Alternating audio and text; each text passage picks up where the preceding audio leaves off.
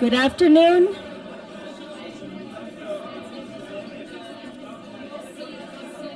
So we are getting started.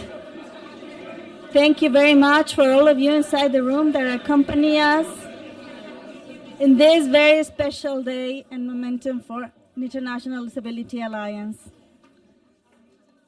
Welcome, friends and colleagues. My name is Ana Lucia Arellano, and I'm the chair of the International Disability Alliance. Thank you for joining us for this side event. This, of course, is a very busy week, so we are so happy that you took the time to come and celebrate with us this 20th birthday. As you may know, the International Disability Alliance, IDA, was born in 1999, and since then has significantly grown. We are proud to have been at the forefront in establishing the International Disability Caucus, IDC, the network of global, regional, and national organizations of persons with disabilities and NGOs, which was a key player in the negotiation of the CRPD. Today, we work to promote the full and effective implementation of the CRPD worldwide, as well as compliance with the CRPD within the UN system. And we do this through the active and coordinated involvement of representative organizations of persons with disabilities at the national, regional, and international levels. Our team and members are working relentlessly to ensure the 2030 Agenda and its Sustainable Development Goals are realized in line of the CRPD. With member organizations around the world, we are proud to represent the 1 billion people worldwide with a disability. Why? Because our members are, in essence, organizations of persons with disabilities and their family members. So our composition of a broad range of organizations of persons with disabilities make us a unique partner in the field. Of course, we do not do this alone. IDA is honored to collaborate and partner with a broad range of organizations, governments, DPOs, and colleagues, whom much of you are just inside this room. We thank our donors who support us, our partners who believe in us, and our colleagues in the field who trust us to represent them at the global level. The aim of today's side event is to take stock of our progress over the past 20 years. Although we will certainly highlight our achievements, we will also recognize the gaps in our work so that we truly leave no person, agenda, or priority behind. We will also be recognizing some of the individuals and organizations who had significant impacts on our work the past 20 years with the presentation of commemorative plaques. So please, now let me give the floor to our Vice President, Ruth Warwick, that will co-chair this session with me. Please, Ruth, take the floor.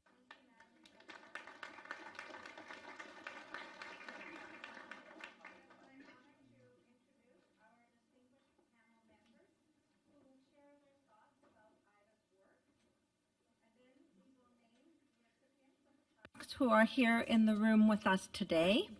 The full list of recipients will be on our website later this week, and the plaques themselves will be presented after this event directly outside of the room. So I will first of all name all of the panelists, and then I will come back to begin with the first speaker. So our first panelist will be Mika Kontanen from the Department of Foreign Affairs and Trade Australia, and my apologies if I'm mispronouncing anyone's name. Catalina Devandas, the Special Rapporteur for the Rights of Persons with Disabilities. Dominic Haslam, the Chair of the International Disability and Development Consortium. And Bhagavi Davar, Transforming Communities for Inclusion of Persons with Disabilities, Asia Pacific, also known as TCI Asia. So without further ado, I would like to ask Mika to please start. Thank you very much. I am personally delighted to be here representing Australia today as we celebrate 20 years of the International Disability Alliance, and I'm honoured to be here alongside so many distinguished speakers, not just the ones that were just mentioned, but the others who I understand will be speaking during the event as well. Ordinarily, I would actually be very wary of any event that has as many speakers as I expect at this event. But on this special occasion, I welcome it because the range of speakers reflects the diversity of IDA's partners and the collaborative spirit with which we all work together to give voice to people with disabilities. Nothing about us without us is the mantra of the disability movement. It is also a key tenet of Australia's approach to disability inclusion, which is a priority for our international engagement in development, humanitarian action and human rights. Central to Australia's approach to disability inclusion is supporting disabled people's organisations in developing countries to build their capacity so they can give voice to people with disabilities at all levels and contribute as leaders and decision makers in their communities. Australia's key international partner for giving voice to people with disabilities is IDA. For almost 10 years, we have supported this peak body to represent the interests of people with disabilities at the global level, including here at the United Nations. DFAT values its partnership with IDA. It is mutually beneficial and highly effective. Not only does the partnership support global advocacy and DPO capacity building, it provides DFAT with ready access to high-quality advice to support our disability rights-related engagement in, for example, the Human Rights Council and the World Health Assembly in Geneva, the General Assembly and the Third Committee here in New York. Another aspect of Australia's successful collaboration with IDA has been our role as co-chairs since 2016 of the Global Action on Disability Network, GLAD. GLAD, as many of us know, is an international coordination mechanism to enhance donor cooperation in disability inclusive development and humanitarian action. Australia recently stepped down as co-chair, confident that under the stewardship of IDA as permanent co-chair and DFID as rotating co-chair, GLAD remains both sustainable and effective. A consistent hallmark of DFAT's engagement with IDA has been the commitment and professionalism of IDA staff and the open and collaborative enthusiasm they bring to the partnership. This is sincerely appreciated, and on behalf of my DFAT colleagues, I say thank you. In closing, on behalf of the Australian Government, I congratulate IDA on its 20th anniversary and look forward to many more years of close collaboration in support of the rights of persons with disabilities. Thank you.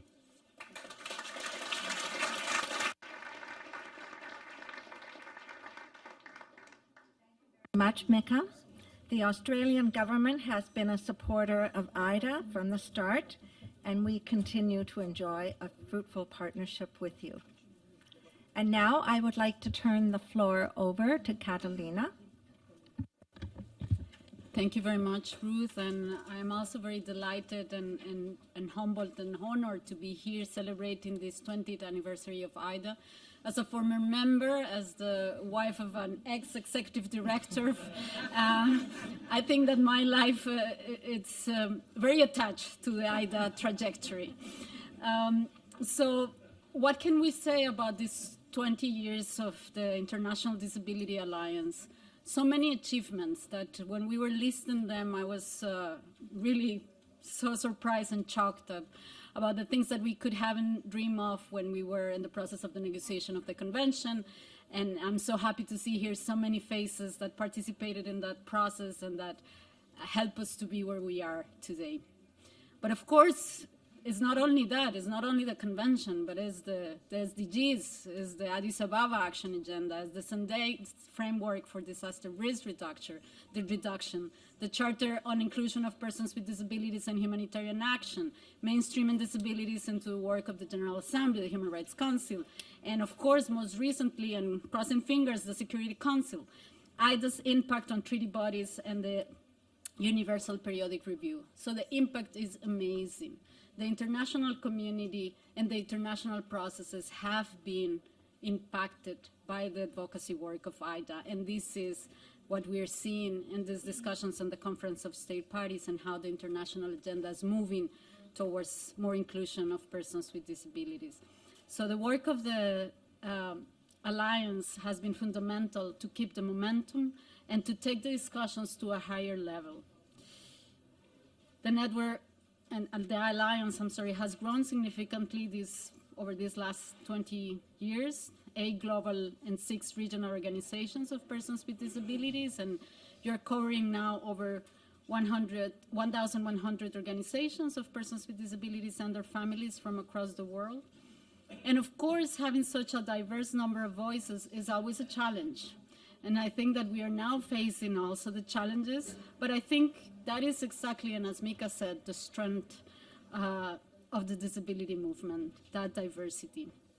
So we keep expanding as a movement, we keep growing, and we need to ensure that all these different voices are aligned with the Convention on the Rights of Persons with Disabilities and its principles, that we have all the capacity to support and to advocate for the rights of persons with disabilities, so that all the members, all the organizations at ground level, at grassroots level, have the same opportunity to advocate and the same capacity to advocate. At the same time, we also need to ensure that we can still have within that diversity a common and unified voice. A unified voice to address the global challenges, and this is particularly important at this point in this period of time when we're seeing an environment that increasingly challenges human rights. We have a hostile environment for the recognition of human rights, and in time like this, we need to be stronger and we need to be more united than ever to defend our achievements and continue to advance in the recognition of our rights and the rights of everybody. Furthermore, we need to work together not only to advocate for what will benefit us all, but also what will benefit some other groups. Since the adoption of the convention, the agendas of the different constituencies of the disability community have been growing apart somehow. I think that that might be a natural process, of course, but we need to remind ourselves that we need to continue to work united to have more power. Finally, I believe that we still need to work harder to ensure more participations from persons with disabilities experiencing multiple and intersectional forms of discrimination. Those belonging to minority groups, indigenous persons with disabilities, migrants with disabilities, those with different sexual orientations, etc. Closing, of course, I want to wish you all the best. I want to remain a partner of IDA and an ally of IDA for the rest of my life. Thank you very much.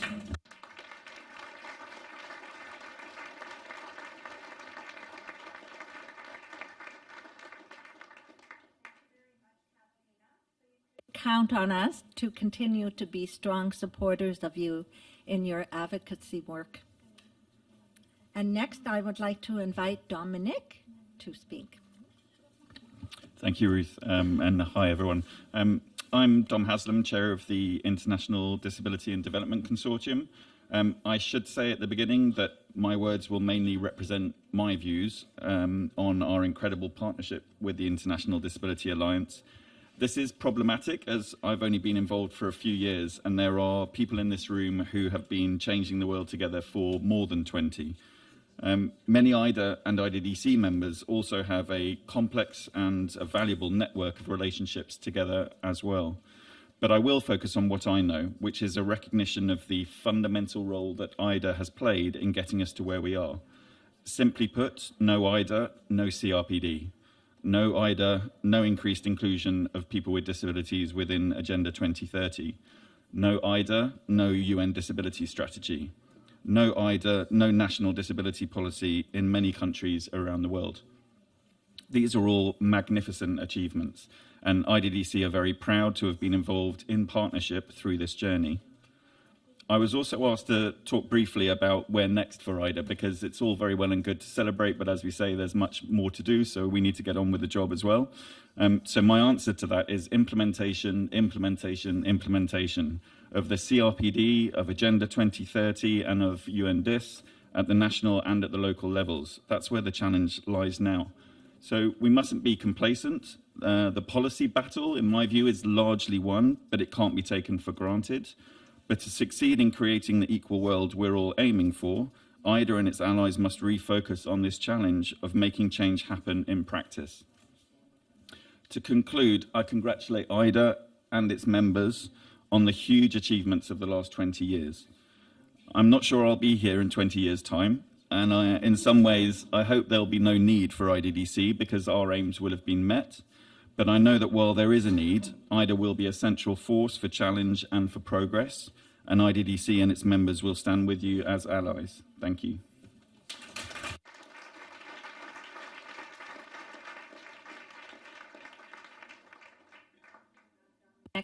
IDC has been an important partner and will continue to be an important partner for IDA. We look forward to continuing our relationship. And now our final panelist will be Bhargavi. Can I turn it over to you? Thank you, Ruth. I'm really honored to be here and very happy to be in this completely fully packed room with all of you, celebrating the 20th anniversary of IDA. Congratulations to IDA, to all the members, to the partners, to all the people who are connected with the partners, the communities. Congratulations to everyone. I bring to you a tiny voice from the grassroots. TCI Asia Pacific stands for Transforming Communities for Inclusion of Persons with Psychosocial Disabilities, Asia Pacific. Kata talked about lifelong commitment to IDA.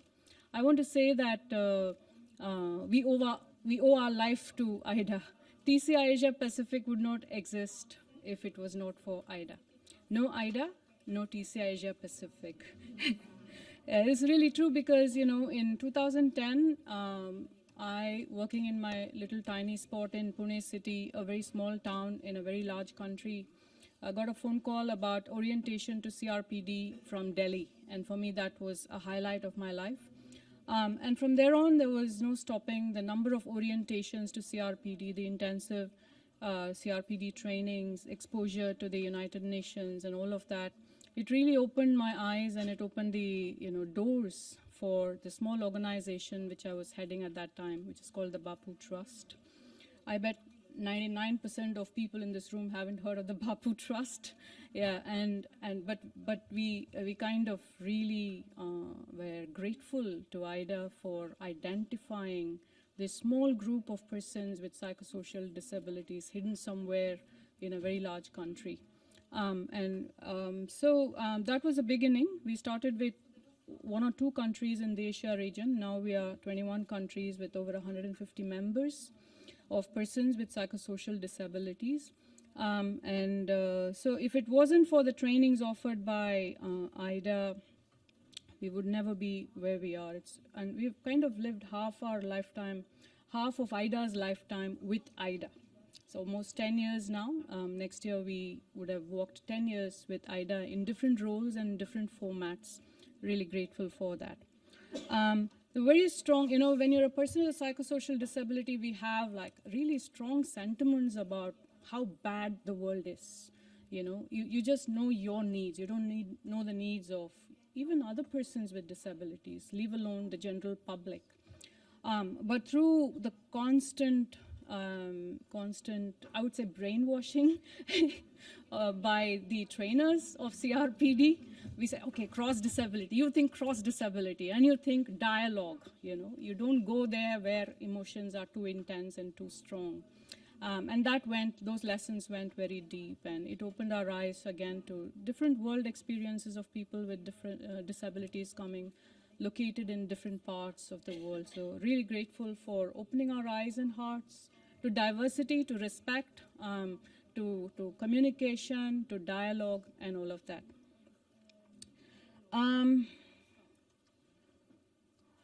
Well, as far as knowledge accumulating knowledge is concerned, I think IDA has been the leading light. I call IDA the guardian of the CRPD because, again, coming from where we are, from our small locations, the knowledge we get about the CRPD comes from IDA and all the activities that IDA does, the doors of opportunities it has opened up for us. The doors of opportunities not just for advocacy, but for very intensive learning. Everything we've learned about the CRPD and we continue to learn about the CRPD has its origins somewhere or the other, through some program or the other within IDA spaces. Really helped us a lot to strengthen ourselves, to move from 2 countries to 21, to strengthen national emerging leaders of persons with psychosocial disabilities, to help us identify people, and to bring the same values and practices that were given to us from IDA, and to take it to the national leaders at the national level, and to enjoy the formation of small DPOs in those countries. So, and with that, I stop with a lot of happiness, being moved to gratitude to IDA. Thank you.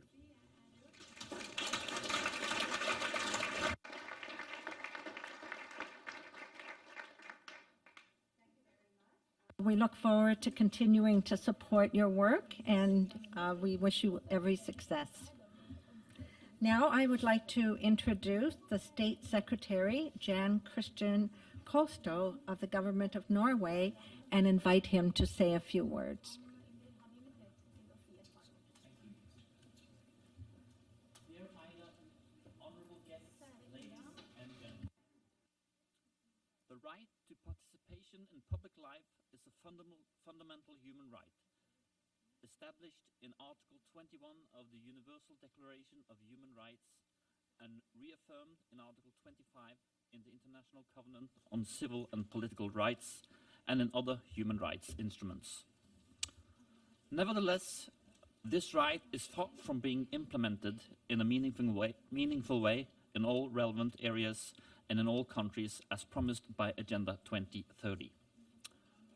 Norway is a strong supporter of the right to participation. We believe in a strong civil society where also persons with disabilities and their representative organizations are important collaborative partners with government actors. The Norwegian government, and I assume governments everywhere, need a strong civil society for consultations and collaboration and monitoring of public policy implementation. In our development collaboration, the principles for support to civil society highlights the right to participation for marginalized groups. My government has therefore recently announced an increased allocation of 400 million Norwegian kroner over the next 4 years to international organizations for support of persons with disabilities.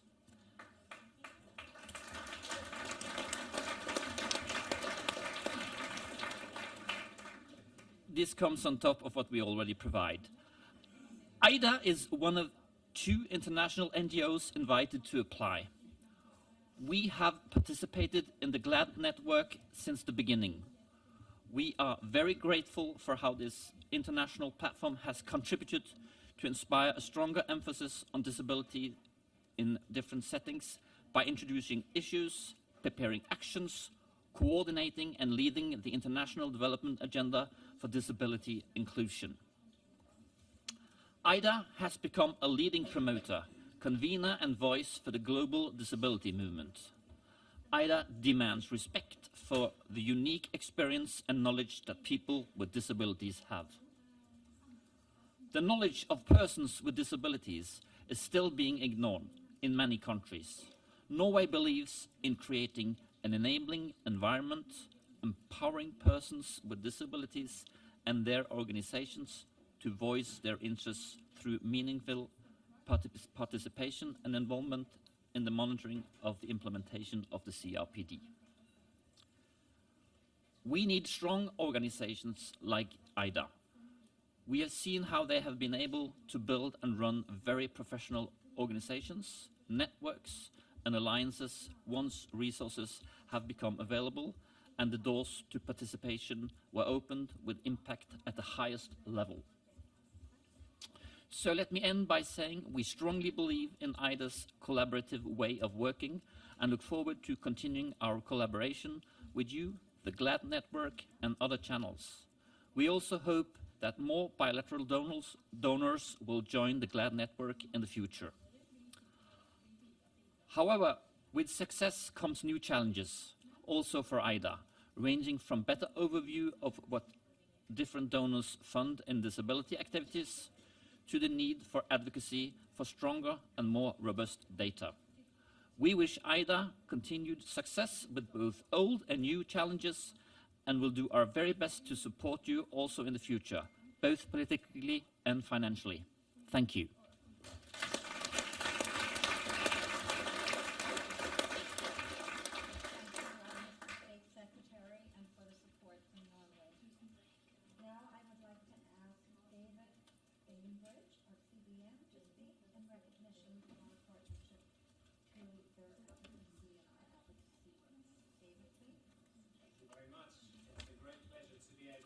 Contribute to this very, very significant celebratory event. And I asked a number of our staff in CBM what really stands out to you as key highlights in looking back on IDA's history. And a number of things came to light. Obviously, the significance of IDA in promoting the voice and representation of persons with disabilities, so foundational to all matters related to development work, humanitarian action in relation to CRPD commitments. I think I heard Ana Lucia in a side event earlier describing 1,100 organizations of persons with disability worldwide as members of IDA, this incredible global network and reach. And the mantra of nothing about us without us that emerged from the CRPD negotiations remains as important today as it was over 20 years ago. A particular feature that staff highlighted is the incredible partnership approach that has been experienced from IDA over the years. Highly collaborative, and through that relationship of collaboration, so much has been achieved. And the example of the 2030 Agenda has already been given with its references to persons with disabilities, and subsequent progress by development and humanitarian actors on inclusion are very much a testimony to the leadership that IDA has given over the past decade in that area, and the incredible collaboration and effectiveness of relationships that they have established. We also really recognize the investment into capacity development of DPOs and initiatives such as the Bridge training, which is increasingly seen as a strategic, significant investment going forward, something that will be increasingly important to ensure that DPOs are provided with the capacity needed to advocate and fulfill their role in seeing change at local, national, regional, as well as global levels. And in the humanitarian sphere, we've really been impressed by IDA's effectiveness in advocating, for example, in increasing the number of endorsers to the Humanitarian Disability Charter, which at last count we understand is at 229 endorsers now. So a long list of quite remarkable distinctives in the way IDA has carried out its work. And as an international NGO in CBM, we have seen IDA and valued IDA as an incredibly important global partner. For CBM, working with DPOs and increasingly seeking to hold ourselves to account to DPOs is at the core of our mandate. We consider it critical to all the work that we do, whether in program activity or in advocacy, and we truly count it an enormous privilege to have journeyed with IDA over those years, and we look forward to many more years to come, another 20 years. Thank you.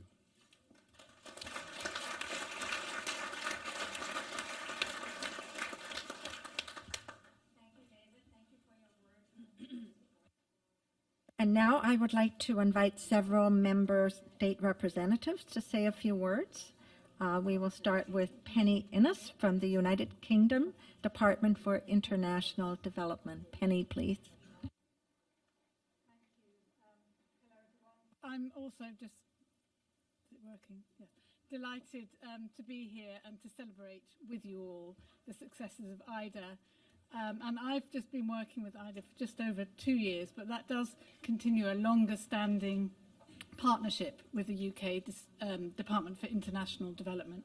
And I've been really impressed by IDA's strategic leadership in particular, and their vision and their dedication to advancing the rights of people with disabilities. And particularly, I want to highlight, as many other people have said, their ability to bring people together and bring different viewpoints together and discuss and move forward.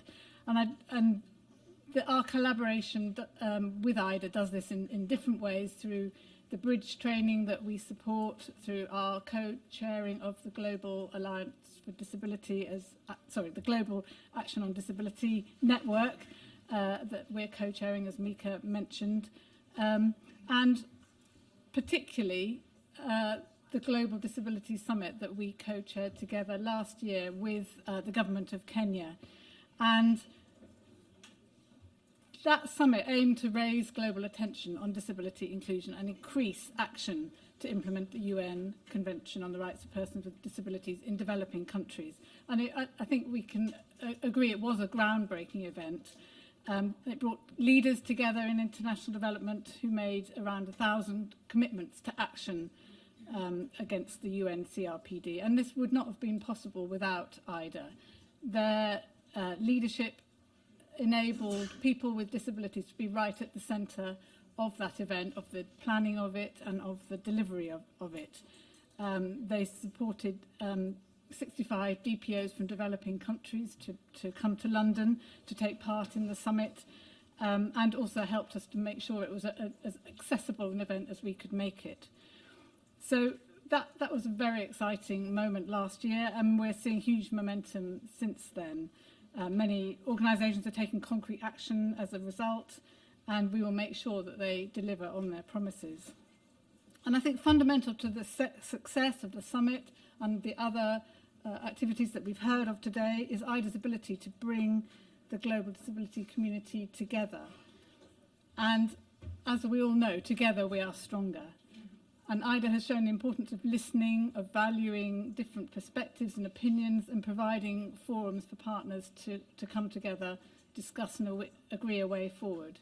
So we look forward to even stronger partnership in the future as we continue to share dialogues and build on these successes. Thank you.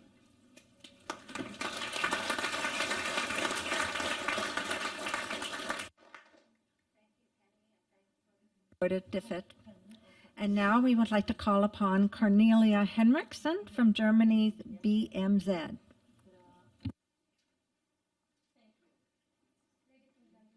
Colleagues, friends, I'm very happy to extend on behalf of German Development Corporation a few words of appreciation within the time framework that has been allotted to me. I wish to make 6 brief points. Number 1, as we all know and remember, IDA has played an important role and a constructive role in the negotiations of the UN CRPD. Today, IDA represents a strong international network of disability rights organizations and works hand in hand with governmental and non-governmental stakeholders to defend and protect fundamental rights for persons with disabilities all over the globe. German Development Corporation appreciates the approach of IDA and benefits from its concrete experiences of how to empower and professionalize national and regional networks of representative organizations of persons with disabilities worldwide. We consider IDA as a trustful, like-minded partner. For example, Germany supported the development and launch of the Global Compact on Inclusive and Accessible Cities in December 2018 in Berlin. IDA invested a lot of energy and time in the formulation of the compact. Further, ILO, IDA, German development agencies, and others work closely on the joint statement towards inclusive social protection systems supporting the full and effective participation of persons with disabilities, published earlier this year. It reflects the shared commitment to inclusive social protection systems. The statement emerged from meetings and discussions between international partners working on the issue of disability and social inclusion. We want to continue the cooperation with IDA based on mutual trust. Herewith, we would like to extend our hand to the Alliance and look forward to working together on further inspiring projects in the future, because we need strong and effective disability rights organizations in order to fully implement the inclusive 2030 agenda. And yes, a lot still needs to be done to make this happen.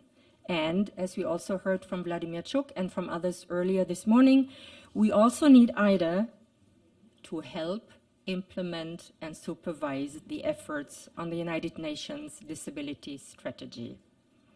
Let me conclude. We wish IDA continued success and above all assertivement in our common goal to realizing an inclusive society worldwide. Congratulations. Thank you.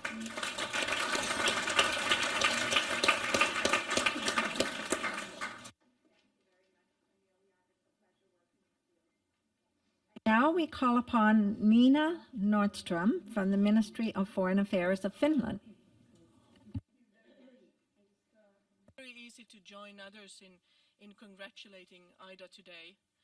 We are very proud in Finland to have a relationship with IDA. It's a collaborative and happy relationship where we have the same shared values and goals, and we are really very aware of the fact that IDA is a success story.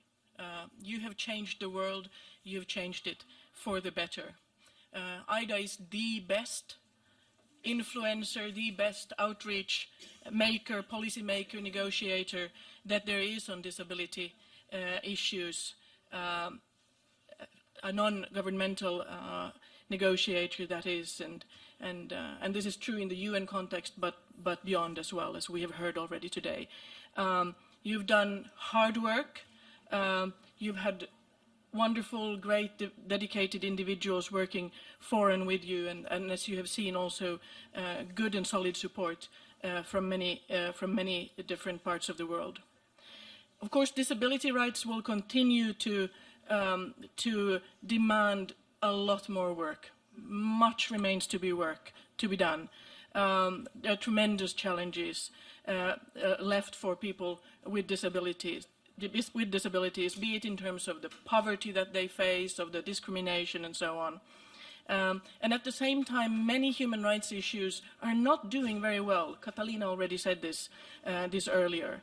But there are many gender issues, for instance, sexual and reproductive health and rights, violence against women, all sorts of issues that also affect people with and individuals with disabilities, and we need IDA also to be a strong voice on the sort of general and broader human rights topics.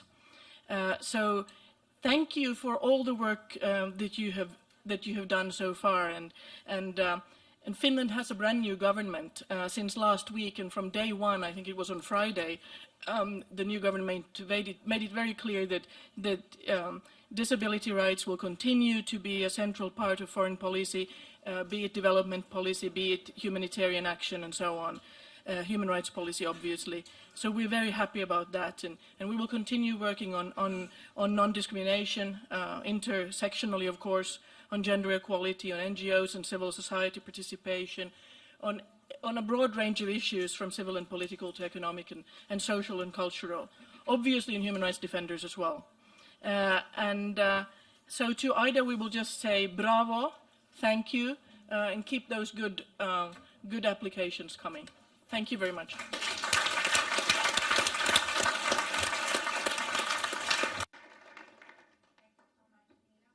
Inspiring words and for your support. And our final speaker will be Emily Lindahl from the Swedish Agency for Participation, who will be speaking on behalf of the Swedish International Development Cooperation Agency.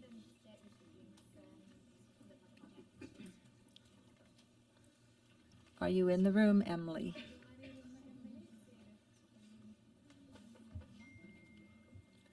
I think not. We will move along then, and I thank you all for all the speakers who have given so many inspiring insights as to their experience, and personally I found it very motivating. It makes me want to even work harder. Is that possible? Yes, it is. And your support means an awful lot to us. We would not be here without your support. Thank you, Ruth, for helping me co-chair this session. And now I would like to invite Maria Soledad Cisternas to take the floor, please.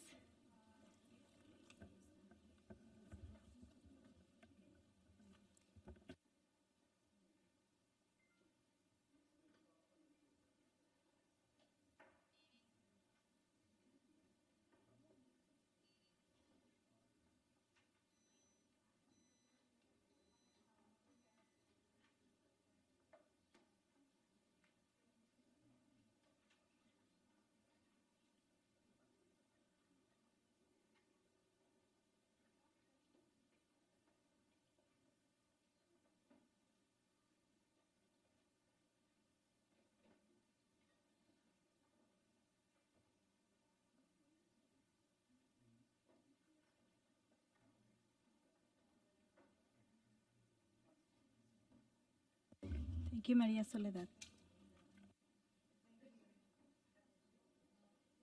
Aprendido. Ahora sí. Thank you very much, Ana Lucia, for the possibility to speak here. And thank you to Aida.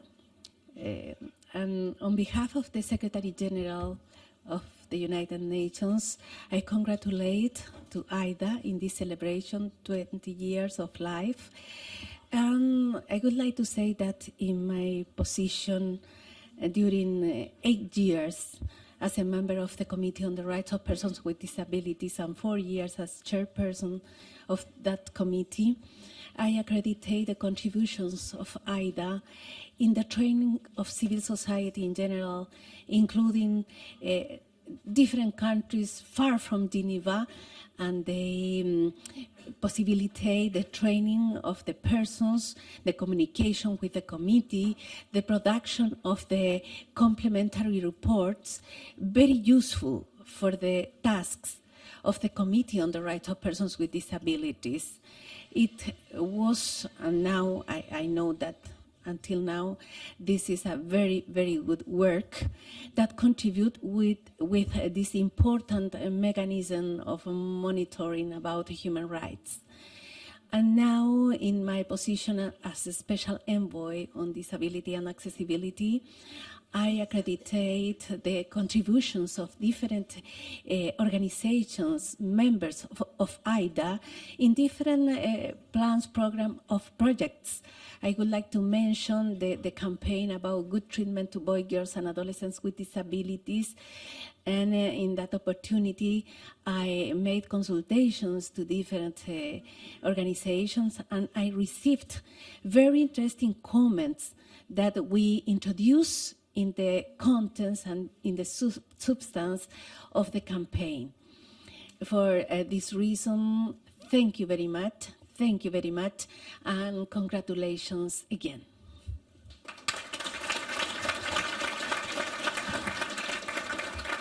Thank you very much, Maria Soledad. And we are waiting to look forward to keep working jointly with you. And now I would like to open the floor. We have 15 minutes approximately to hear from all of you that are accompanying us in this celebration of our 20th birthday. So I will just open the floor.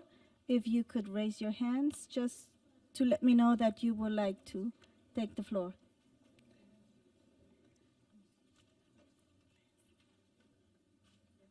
Please go ahead.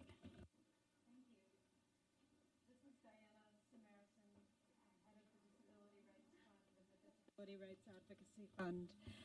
I would just like to also take the opportunity to congratulate Ida on 20 years and to say that Ida has also played a big role in supporting the evolution of the Disability Rights Fund. We, from the very beginning, had a memorandum of understanding with Ida that enabled Ida to nominate to our global advisory panel members of the global disability community who advised us on our grant-making strategy and became members of our grant-making committee.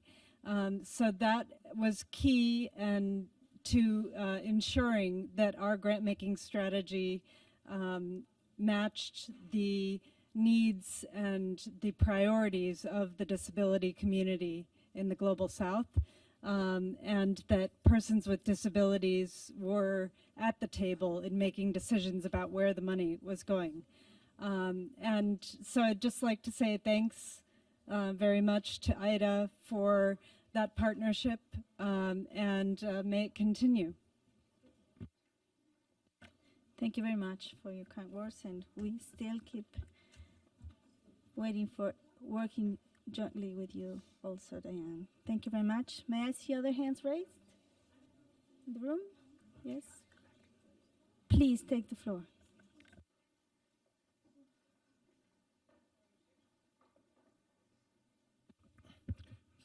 Thank you very much, Chair. My name is Montien Buntan, and I'm a member of the CRPD committee. On this special occasion of Ida celebrating its 20th anniversary, I'd like to congratulate Ida for its work, tireless work. I witnessed Ida back dated to the beginning of our negotiation of the text of the convention. Even before then, we worked side by side. I myself wearing a hat of a person from civil society organizations and working from the government delegation at that time. I had to attend meetings organized by IDC at that time, led by Ida for the most part. And in all of a sudden, I would sit in the government table. So whenever our friends and colleagues would like to pass on the concern from civil society, they always come to the Thailand table. So you can see how person with the spirit of civil society organizations, especially under the flagship led by Ida, that could bring the message, take the message across to a government delegation. Without leadership role taken by Ida, we wouldn't have had this strong presence in the drafting and negotiation of the text of the convention. And having served in the committee for 7 years now, and I couldn't agree more with what our former chair, Maria Soledad, just mentioned, that Ida has been with us from day one of the committee work. And when our opening and our closing day for each session of the committee was crowded, Ida was always there. When there is no other organization present during the closing, that could be very, very quiet. Ida is still there. So having said that, I have to say that as long as you keep doing this, the world will never be back to the day that person with disability would live in isolation. It means that we will never go back to live alone. It means that we will move forward. We will take control of our lives, and we will tell the world that the rights of persons with disabilities are indeed second to none human rights. I'm thankful, and more power to Ida. Thank you.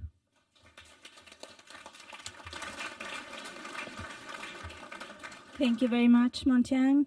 Now I'll give the floor to Lisa Kopinen.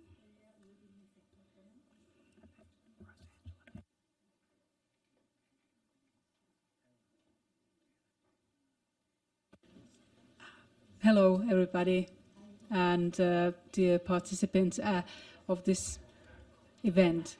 It is such an honor to be here after 20 years and to go back in time to the day or the time when we established the 5 international disability organizations, established this international joint organization together. It was a challenge, how to find each other, how to find the ideas and the common vision, common dream, what kind of a world we would like to change and have in order to live in a good, equal life. And we knew that we 5 organizations, it is not enough to change the world. We need to get the whole world engaged to this work. All the regions, all the countries, all the offices, organizations, agencies to participate. And we knew that we need the states as a strong partners in this work, because persons with disabilities needed to be involved, and we are part of this world. And these disability rights are rights of persons with of human beings. The human rights are also rights of persons with disabilities. So today we are here celebrating this work. We started from very small. We started little by little implement things and cooperation and started to get more and more people on board. And I remember when we were negotiating of the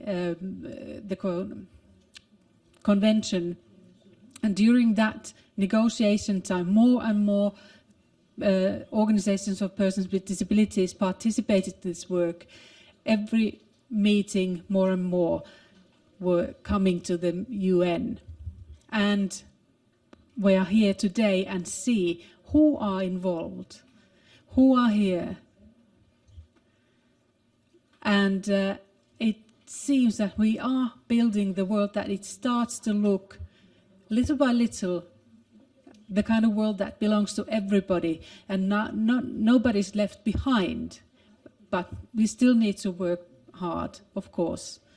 The rights of persons with disabilities, the human rights, all these referendums and, the charters and all conventions we need.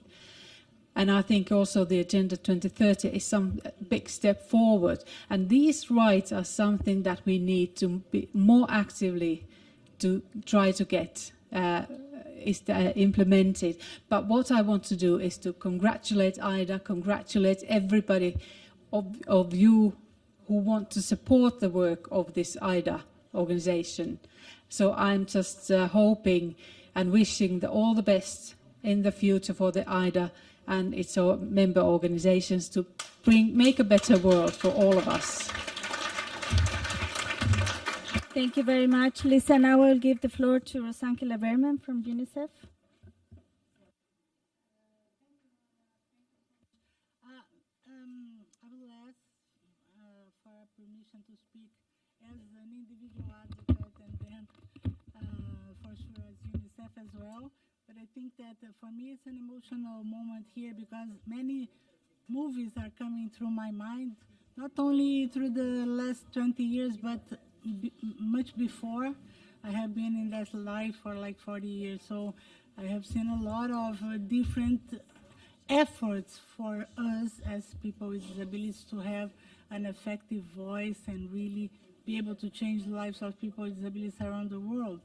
I remember when the CRPD started to be negotiated, right, first zero moment, we had a very interesting combination there. We had a disability organization, a global one, and all the different regional, etc. But then we had other stakeholders that were normally not around the table.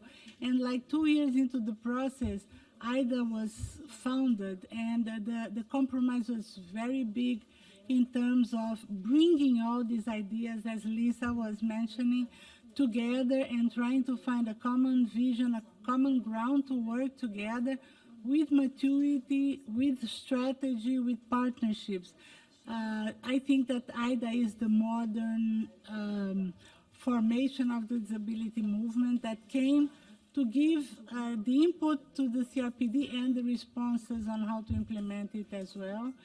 We never had such a mature movement globally. Of course, we have to bring this to the ground more and more and more, and learning from everything that was learned globally and implemented globally as well. So that's my individual perspective that I wanted to share, and it's a pleasure. So my team is here from UNICEF, Disability Team, and now I speak on behalf of UNICEF. IDA has been our main partner from moment zero as well when the disability team started to be formed. In the beginning, we had meetings every 15 days for a long time until I think that we gave up because we would see ourselves all the time in other spaces as well. And I think that in the moment we say that nothing about us without us, and we put people with disabilities in the center of the implementation of the CRPD, we have to have that type of approach that IDA has today. Strategic, partnerships, funded, and this is critical, so thank you all the donors that are here. For UNICEF, you are the guidance for our good work for children with disabilities. We have 123 countries reporting work and expenditures in this area. And we are sure that we are also part of your closest network of advocates for the implementation of the CRPD. So looking forward for many years ahead of collaboration, and congratulations for these brilliant 20 years. Thank you very much, Rosangela, for your kind words. I will give the floor to Gertrude from the African Disability Forum. Please, Gertrude, can you come take the floor?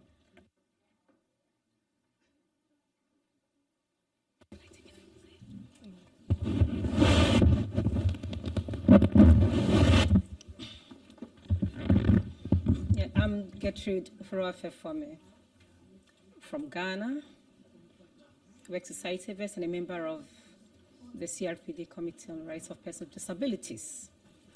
And I'm here to congratulate IDA for what it's managed to maintain itself for and what it's achieved so far. And I wish to add that the giving birth to IDA itself didn't come on a silver platter. We had to influence, and I was part of those who influenced within the World Blind Union, because not everybody at that time was interested in that collaboration.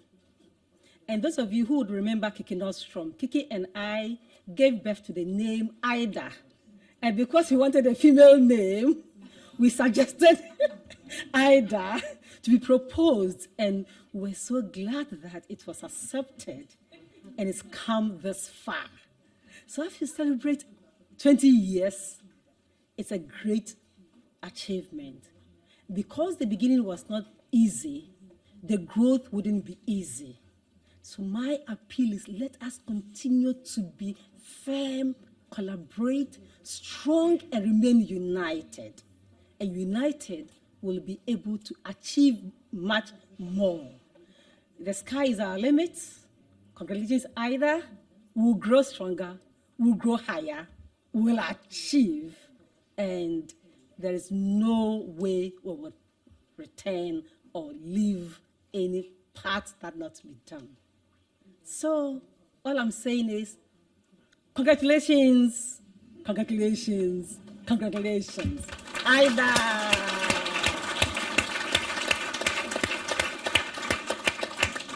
Thank you very much, Thank you. Gertrude. And I will give the floor to Diane Richler, and we will be now closing with this brief message.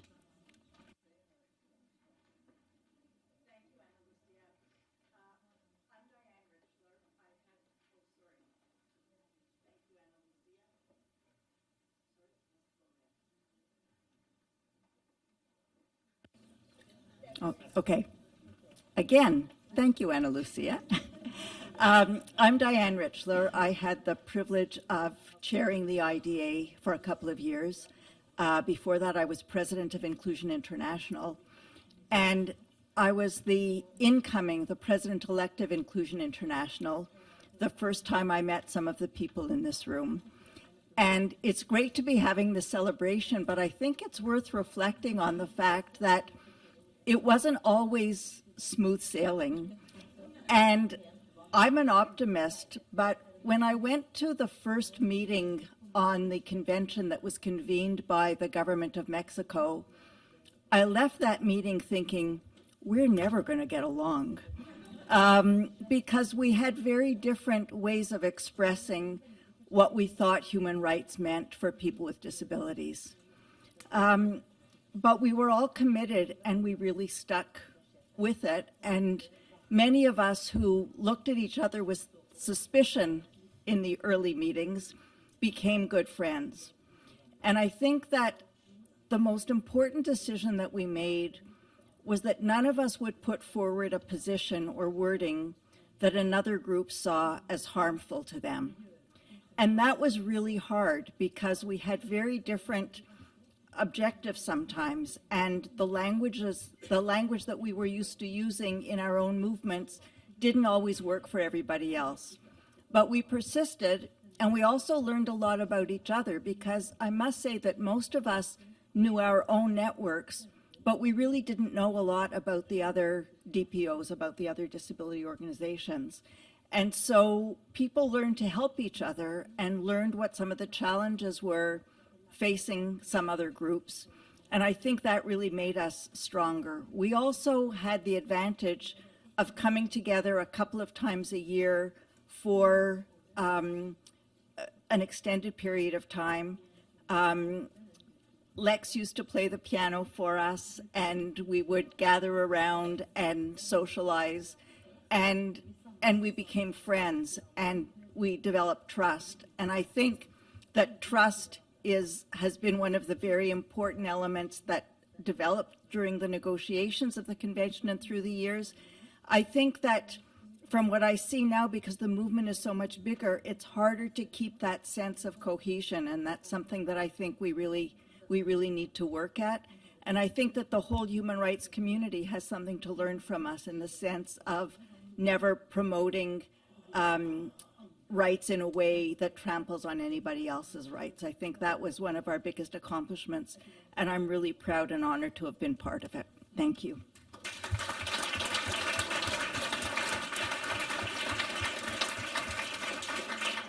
Thank you very much. It's just so nice to celebrate with all of you, and thank you for all your comments and for all your best wishes for the upcoming years of AIDA.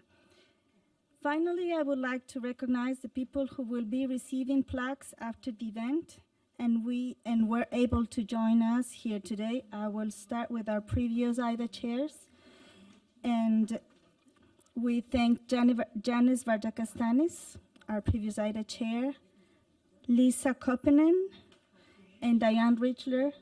We thank you very much for living your legacy and to really contribute to the disability movement as the way as you did. AIDA is what it is because of you.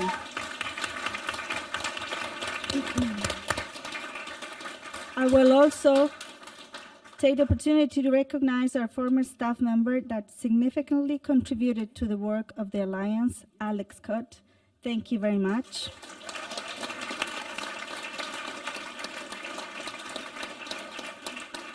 Our colleagues at the UN, Rosangela Vermen-Bieler of UNICEF, and Catalina de Banda as the Special Rapporteur. Thank you very much.